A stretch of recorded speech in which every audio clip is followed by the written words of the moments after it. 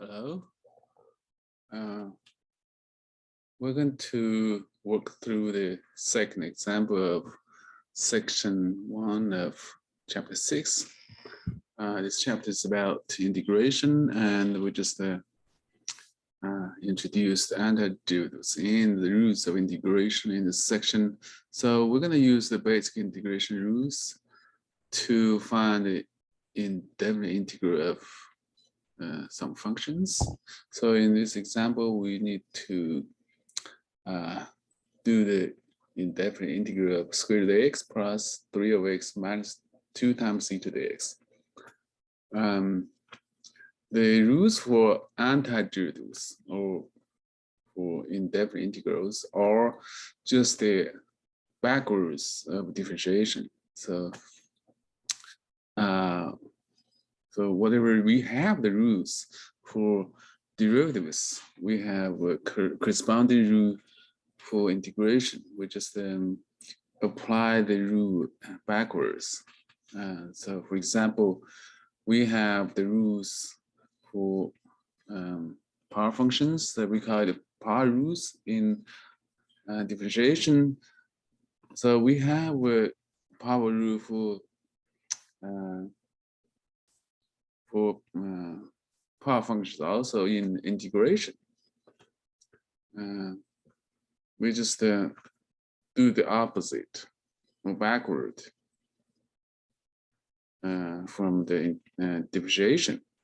And similarly, we can do the integration of 1 over x and e to the x using the rules in differentiation backwards. So let's just do this example. First, we would like to rewrite this problem in a different format so that all the functions or integrand, we call it,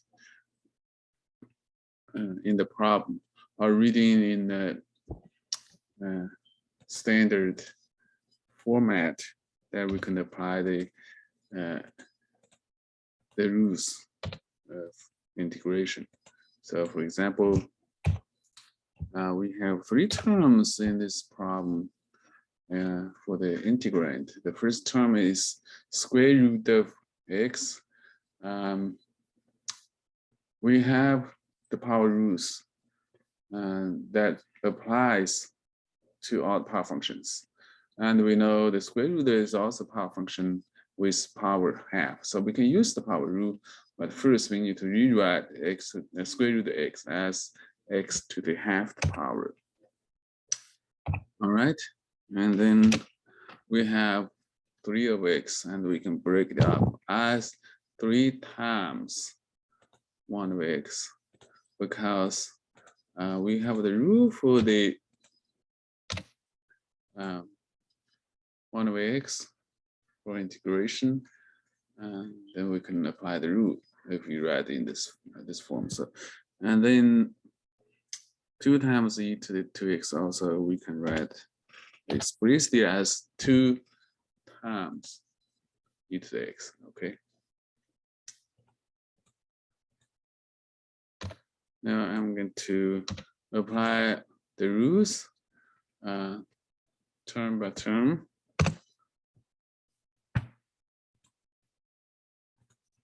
So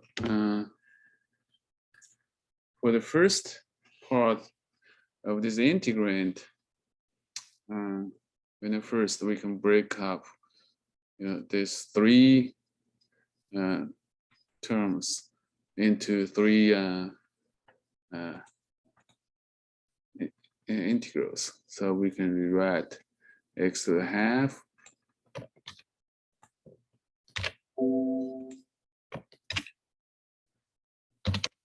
as the first integral, and then we can add 3 times 1 of x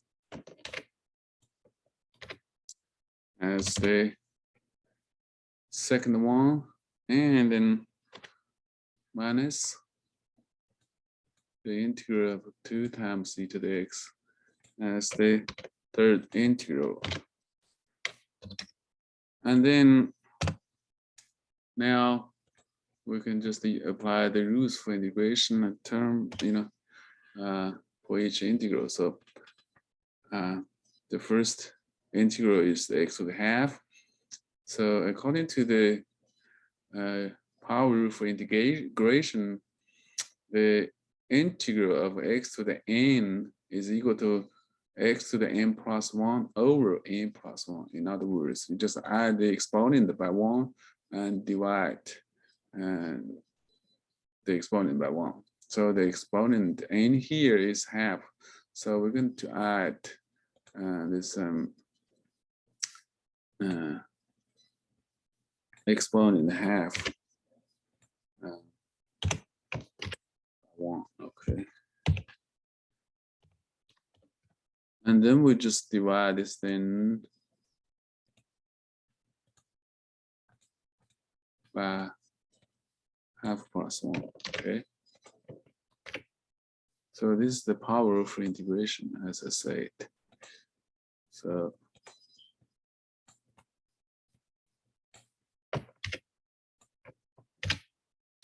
that's the first integral, and the second integral, as I said, we can pull out 3 from the integral, so it becomes the integral of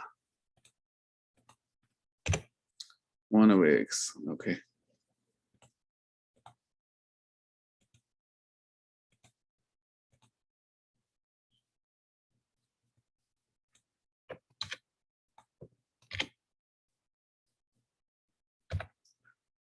And the third integral also, we can factor out 2 from inside, so that will become the integral of e to the x. Now let's just simplify the answer a little bit for the first part. So 1/2 plus 1. You just rewrite this thing as, I guess I'm going to put the equations on the same line. So let me just rewrite everything. Copy it. Okay, so 1/2 plus 1. So how do you do the additional fractions in the exponent? We have to rewrite everything by the same denominator. So we can rewrite 1 as 2 or 2. So the reason is, we want to have the same denominator when we add fractions. So the denominator is 2. So it's just to rewrite everything in terms of same denominator 2. Okay. So that's the first term, and then plus 3 times second term.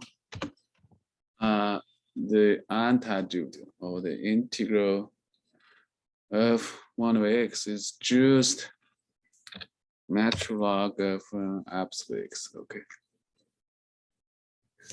Let's see.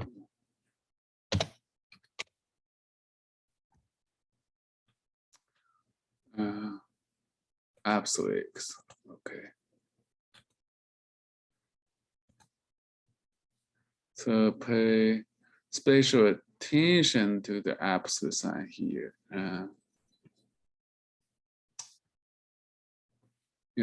A lot of people usually forget the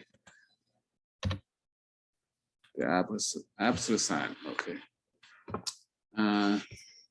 We can actually rewrite as 1 over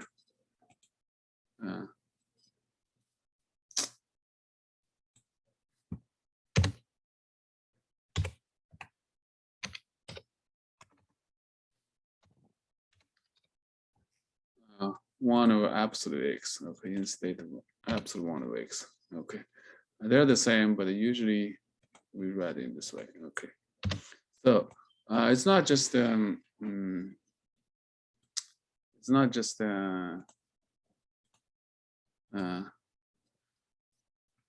you know, 1 over x, it's 1 over absolute value x. So that's the antiderivative of 1 over x. When you integrate 1 over x, you get the natural log 1 over absolute x. All right, minus 2 times the antiderivative of e to the x. It's just e to the x. Okay, so you know, antiderivative indefinite integral. There's a same kind of thing. And at the end, we need to add arbitrary constant c. Okay, that's one thing that you have to keep in mind always. And it's easy to forget. Okay, so let's just finalize the answer. So the first term is x to 1/2 plus 2 over 2. So that would be what? So 1/2 plus 2 over 2 is just 3 over 2. Okay. And similarly, we got 3 over 2 in the denominator. And the other terms are the same. Okay, so we don't have to worry about those. Then let's just flip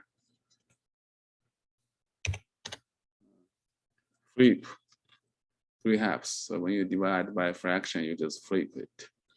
So the first term becomes 2 over 3 actually. Times x to 3/2. And then plus 3 natural log of, okay, I'm sorry, natural log absolute x, not 1 of absolute x. Okay, so that should be, wait.